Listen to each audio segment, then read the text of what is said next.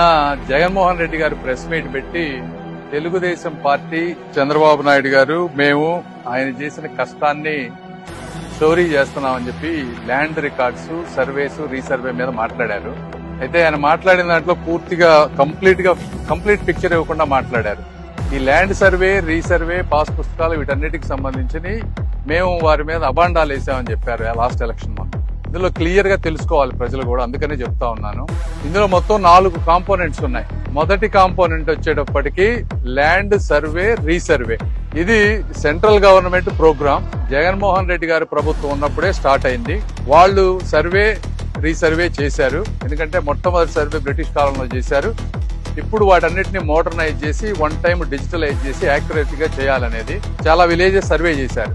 ఈ సర్వే చేసి డేటా అంతా కూడా సబ్మిట్ చేస్తే సెంట్రల్ గవర్నమెంట్ నుంచి ఇన్సెంటివ్ గా మంచి పని చేస్తే గవర్నమెంట్ డబ్బులు ఇస్తా ఉంది. అయితే 2-3 సంవత్సరాలు జగన్మోహన్ రెడ్డి గారు ఇది సర్వే చేసినా ఇన్సెంటివ్ కి అప్లై చేయలేదు. ఇన్సెంటివ్ కి ఎందుకు అప్లై చేయలేదంటే పూర్తిగా వర్క్ ఎండ్ టు ఎండ్ చేయలేదు.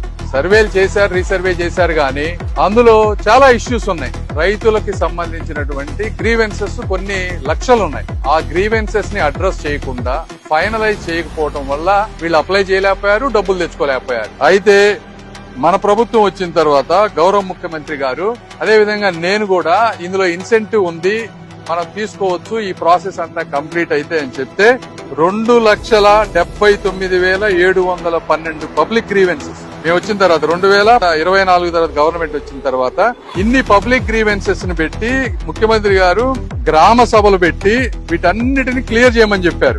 ఇందులో ఎక్స్టెంట్ వేరియేషన్ 99,000 కేసులు, జాయింట్ ల్యాండ్ పార్సిల్ వచ్చేటప్పటికి 64,000 కేసులు, రెవెన్యూ రిలేటెడ్ ఎర్రర్స్ 1,14,000, మొత్తం కలిపితే 2,79,000.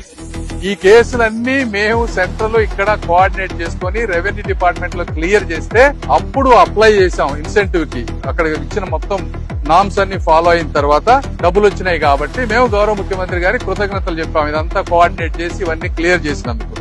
ఇది నంబర్ 1. ఇది మీరు కొంత వర్క్ చేశారు, మేము కాదనట్లేదు. మీ మీద వ్యతిరేకత రావడానికి కారణం సర్వే రీసర్వే కాదు.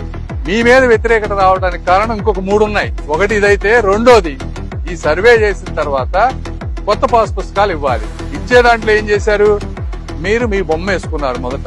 దీనివల్ల తాతలు తండ్రులు ఇచ్చిన ఆస్తులు పాస్ పుస్తకాల మీద ఏ రాష్ట్రంలో గాని ఈ దేశంలో ఎక్కడ ఏ ముఖ్యమంత్రి కూడా వాళ్ళ బొమ్మ వేసుకున్న పరిస్థితి లేదు. అందువల్ల మీ మీద వ్యతిరేకత వచ్చింది. రెండో, దానికి 20 కోట్లు ఖర్చు పెట్టారు. మూడో విషయం, మీరు సర్వే చేసినప్పుడు 680 కోట్ల రూపాయలు ఖర్చు పెట్టి మీ బొమ్మతోటి సర్వే రాళ్లు బాతారు ప్రజల సొమ్ములో. దాని మీద ప్రజల్లో మీ మీద వ్యతిరేకత వచ్చింది. అది కూడా ఏ రాష్ట్ర చరిత్రలో కూడా ఏ ముఖ్యమంత్రి చేయలేదు. మూడోది అది. నాలుగోది, అతి ముఖ్యమైనది, ల్యాండ్ టైటిలింగ్ యాక్ట్ అని మీరు పట్టుకొచ్చారు. ల్యాండ్ టైటిలింగ్ యాక్ట్ లో ప్రాబ్లం ఏంటి? ల్యాండ్ టైటిలింగ్ యాక్ట్ లో ఏం తీసుకొచ్చారంటే, లోకల్ సివిల్ కోర్ట్స్ లో ఎక్కడన్నా ల్యాండ్ మీద డిస్ప్యూట్ ఉంటే సివిల్ కోర్ట్స్ అన్నింటినీ బైపాస్ చేస్తూ లోకల్ ఎంఆర్ఓ ఆఫీసుల్లోనే న్యాయం జరుగుతుంది, మీకు అక్కడే మీ కోర్టు కేసులన్నీ తేల్చుకోవాలనే విధంగా మీరు తీసుకొచ్చారు. న్యాయం కావాలంటే కేవలం హైకోర్టుకి మాత్రమే అప్లై చేయాలి, కానీ లోకల్ కోర్టుల్లోకి వెళ్లడానికి వీల్లేదని చేశారు. హైకోర్టులకు వెళ్లాలంటే ఫీజులు ఎంత ఉంటాయి? అదే విధంగా మీరు లోకల్ అధికారులకి పవర్స్ ఇస్తే రేపు మీ మంత్రులు ఎమ్మెల్యేలు వెళ్లి ఆ అధికారులని కనుక భయాందోళనకు పెట్టి వాళ్ళని ప్రెషర్ చేసి మీకు ఇష్టమైన వాళ్ళకి మీకు ఇష్టం వచ్చిన విధంగా డాక్యుమెంట్స్ చేస్తే ఎన్ఆర్ఐల్ని అందరిని ఇబ్బంది పెడతారని చెప్పి జనంలో భయాందోళన వచ్చినాయి. అది చేశారు మీరు.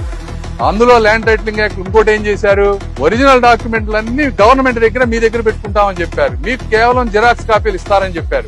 ఒరిజినల్ డాక్యుమెంట్లన్నీ మీరు ఎక్కడో పెట్టుకొని ఆ సర్వర్ లో వాటిలో అంతా మ్యానిపులేట్ చేస్తే పేదవాడు పోయి ఎక్కడ పోయి మాట్లాడుకోవాలి?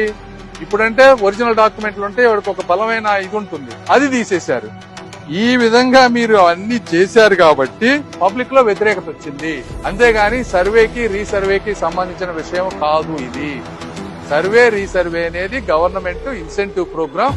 అది కూడా మీరు పూర్తిగా చేయలేదు. మేము గ్రామ సభలు పెట్టి 2,79,000 గ్రీవెన్సెస్ క్లియర్ చేస్తే అప్పుడు మేము సెంట్రల్ గవర్నమెంట్ దగ్గర నుంచి 500 కోట్ల రూపాయలు ఇన్సెంటివ్ తెచ్చుకున్నాం.